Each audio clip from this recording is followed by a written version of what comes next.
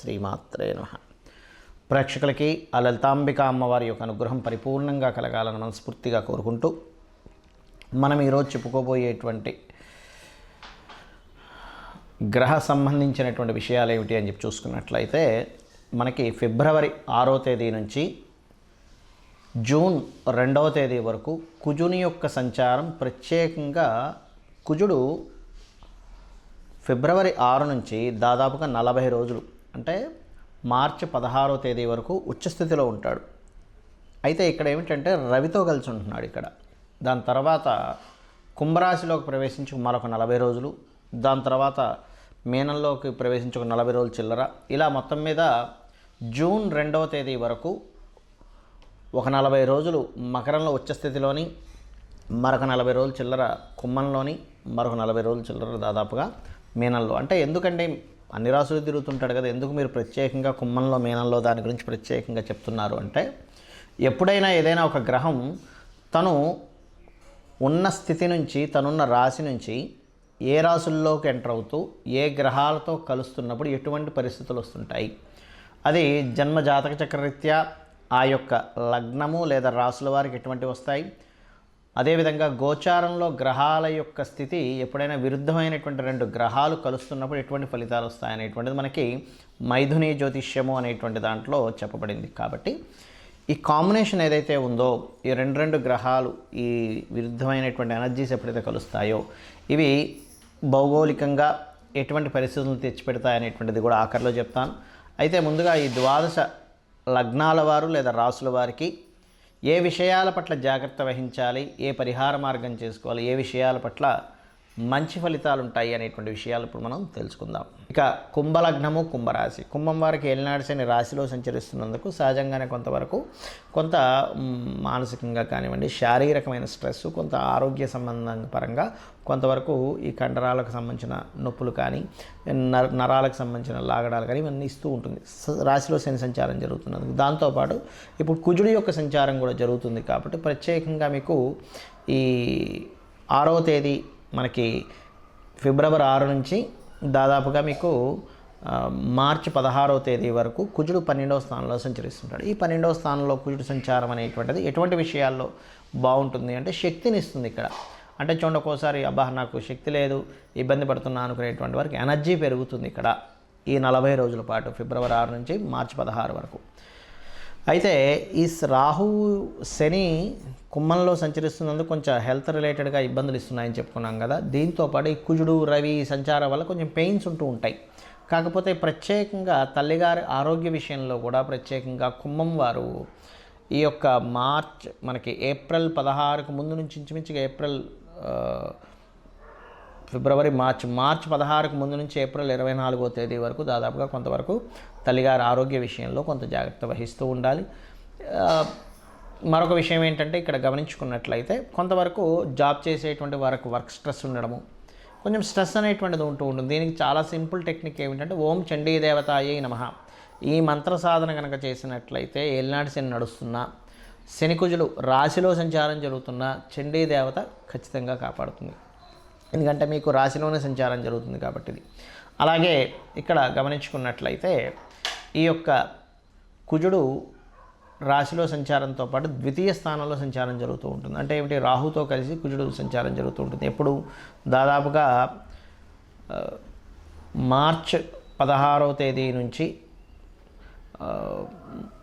April 24వ తేదీ నుంచి దాదాపుగా మార్చి 16 నుంచి ఏప్రిల్ 24వ తేదీ వరకు రాశిలో సంచరించాడు. ఇప్పుడు ద్వితీయ స్థానంలో ఏప్రిల్ 24వ తేదీ నుంచి జూన్ 2వ తేదీ వరకు ధనస్థానంలో సంచరిస్తుంటాడు.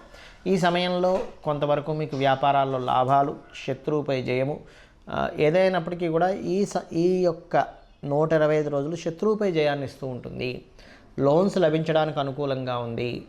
కాంపిటీషన్ ఎగ్జామ్స్లో సక్సెస్ వచ్చేటువంటి యోగం కూడా ఉంది. స్ట్రెస్తో పాటు అంటే ఒక మంచి ఇబ్బందికరమైనటువంటి వాతావరణం ఉంటూ ఉంటాయి ఎప్పుడైనా 2 పాపగ్రహాలు జరిగేటప్పుడు, ఎందుకంటే 2 పాపగ్రహాలు అయినందుకు. కావున ఈ రాహుతో కలిసి ఉంటున్నాడు కాబట్టి ఏప్రిల్ 24వ తేదీ నుంచి జూన్ 2వ తేదీ వరకు కుటుంబ సభ్యులతో వాగ్వివాదాలు జరిగేటువంటి అంశంలో కొంత జాగ్రత్తగా, ఒక మాటకు మాట పెరుగుతుంది అన్నప్పుడు కొంత జాగ్రత్తగా ఉండండి. మరియు మీరు చేయవలసినటువంటిది చండీ పారాయణము, చండీ హోమం వీలైతే పాల్గొనడము. మరియు మరొక విషయం ఏంటంటే ఇక్కడ గమనించుకున్నట్లయితే గోవులకి క్యారెట్లు బెల్లము తినిపించడము, నవగ్రహాలలో ప్రత్యేకంగా కుజ రవి శని రాహుగ్రహాల దగ్గర దీపారాధన చేస్తూ, అందులో ఈ ఆఖరి 45 రోజులు నేను ఇప్పుడు ఏదైతే చెప్పానో ఏప్రిల్ 24వ తేదీ నుంచి జూన్ 2వ తేదీ వరకు వీలైతే కనుక మనం చూడండి ఎర్రన్నము అంటారు, అంటే కుంకుమ కలిపినటువంటి అన్నాన్ని కాకికి తినిపించడం చేయండి, అన్ని విధాలా బాగుంటుంది. మరి ఈ కుజ రాహు లేదా కుజ శని, కుజుడు ఎగ్జాల్టెడ్, ఈ పొజిషన్స్ వల్ల భౌగోళికంగా కలిగేటువంటి ఫలితాలు ఏమిటి? కుజుడు కనుక ముఖ్యంగా మనకి ఫిబ్రవరి 6వ తేదీ నుంచి ఎప్పుడైతే రాజులకి కారకుడైన రవితో కనెక్ట్ అయ్యాడో, దీంతోపాటు సంక్రాంతి పురుషుడు అంటారు, మనం సంక్రాంతికి చెప్పుకున్నాం. ఆ సంక్రాంతి పురుషుడు యొక్క లక్షణాల్లో కూడా ఏం కనబడింది మనకు అక్కడ? రాజుల మధ్యన యుద్ధము, రాజుల మధ్యన యుద్ధ వాతావరణము. అదేవిధంగా కొన్ని చూడండి మనం చూస్తూ ఉంటాం, కొన్ని గొడవలు జరుగుతున్నాయండి లోకంలో, కొన్ని అల్లర్లు జరుగుతున్నాయి. అంటే ఏమిటి? ఎవరికి కారకుడు? కుజుడు దేనికి కారకుడు? అల్లర్లకి, గొడవలకి, అదేవిధంగా ఇట్లాంటి వాటికి కారకుడు.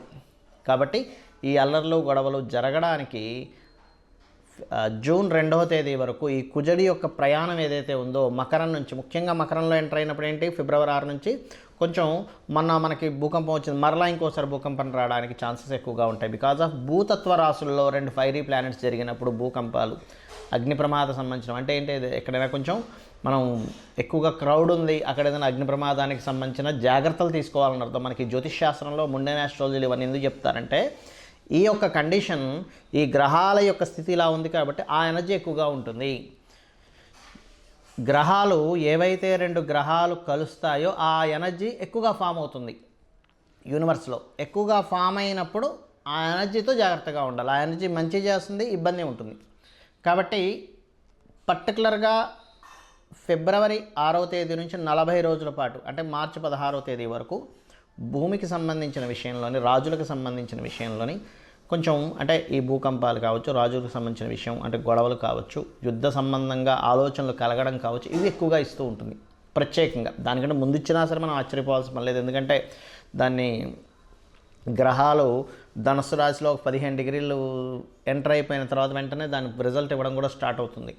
కాబట్టి అది అదేవిధంగా మరి ఈ కుంభరాశిలో కూడా కుజుడు ప్రవేశిస్తున్నాడు శని దగ్గరికి. ఇక్కడ కూడా ఏంటంటే శని కుజులు ఇద్దరు కూడా విరుద్ధమైనటువంటి గ్రహ సంబంధం కాబట్టి కొద్దిగా ఈ నిగూఢంగా కొన్ని మనకు చూడండి, మనం ఒక్కోసారి వింటూ ఉంటాం ఏమంటే నిగూఢంగా సంథింగ్ వాళ్ళు ఒక ప్లాన్ చేశారు, అక్కడేదో బయటకు సంబంధించిన కొన్ని దేశాల వాళ్ళు ఇట్లా ప్లాన్ చేసి నిగూఢంగా కొన్ని బ్లాస్టులు చేశారు. మనకు చూడండి జల సంబంధించినటువంటి వాటిల్లో బ్లాస్టులు చేస్తూ ఉంటారు చూసారా, లేకపోతే ప్రకృతి వైపరీత్యంగా కూడా కొన్ని జల సంబంధమైన ప్రదేశాల్లో కూడా కొన్ని బ్లాస్టులు అవ్వడం లాంటివి చూస్తూ ఉంటాం.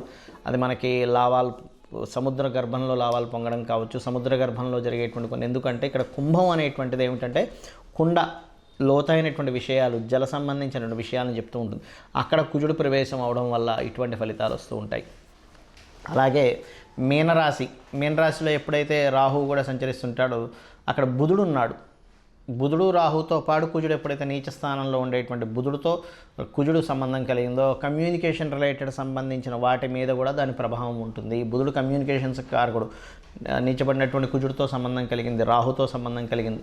అప్పుడు ఏమవుతుంది? కమ్యూనికేషన్ రంగాల మీద వాటి మీద దాని ప్రభావం చూపిస్తుంది. ముఖ్యంగా 40 రోజులు చెప్పుకుంటున్నాం కదా, ఆఖరి 40 రోజులు ఈ యొక్క ప్రభావం అనేటువంటిది పడుతుంది. ఆ యొక్క ప్రభావం 2 జూన్ వరకు ఉంటుంది. కాబట్టి ఏమిటి, మీరందరూ కూడా ఈ కమ్యూనికేషన్ రిలేటెడ్ సంబంధించిన విషయాల్లోని, ఎక్కడికైనా క్రౌడ్ ఎక్కువగా వెళ్ళేటువంటి ప్రదేశాల్లోని, అదేవిధంగా కొన్నిసార్లు చూడండి మనకి చిన్న విషయాల వల్ల మనకి ఆరోగ్య సంబంధించిన విషయంలో మనకి మొన్న కరోనా లాంటిది ఎట్లాంటిదో అలాంటిది ఏదైనా చిన్న వైరస్ల వల్ల ఇబ్బంది రావడం, ఇట్లాంటి వాటికి ప్రభావం చూపిస్తూ ఉంటుంది ఈ కుజరాహుల యొక్క ప్రభావం. కానీ కుజశనులు ముఖ్యంగా ఏంటంటే అల్లర్లు అవ్వడానికి, గొడవలు అవ్వడానికి, రాజకీయ నాయకుల మధ్యన గొడవలకి, రాజకీయ పరంగా జరిగేటువంటి ఎలక్షన్స్లో అనేకమైనటువంటి డ్రాస్టిక్ చేంజెస్కి, కొన్ని యుద్ధ సంబంధించిన విషయాలకి, ఇట్లాంటి వాటికి దీని ప్రభావం చూపిస్తుంది. కాబట్టి అందరూ కూడా, ఎందుకంటే బయట వాతావరణం ఎలా ఉన్నా కూడా మనం సేఫ్గా ఉండాలి.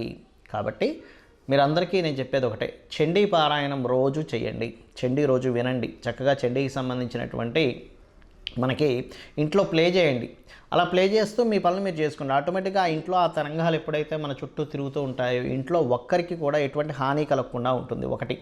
రెండవది, అమావాస్యలు వచ్చినప్పుడు పెద్దలకి తప్పకుండా మీరు బియ్యము, కూరగాయలు, స్వయం పాకము అంటారు, దాన్ని ఇవ్వండి. వీలైనంత మటుకు గోశాలకు వెళ్ళి గోవులకి క్యారెట్లు, బెల్లం లాంటివి తినిపించండి. ఇవి కనుక చేస్తే ఏమవుతుందంటే బయట జరిగేటువంటి ఏవైతే ఈ గ్రహస్థితి వల్ల జరిగేటువంటి ప్రభావం ఏదైతే ఉందో అది తగ్గుతుంది. ఎందుకంటే ప్రతి మనిషి చేసేటువంటి ధార్మికమైనటువంటి పని వల్ల. రెండవది, మీకు మీ జన్మజాతకంలో ఉన్నటువంటి దోషం ఏదైతే ఉందో అవి యోగంగా మారుతుంది.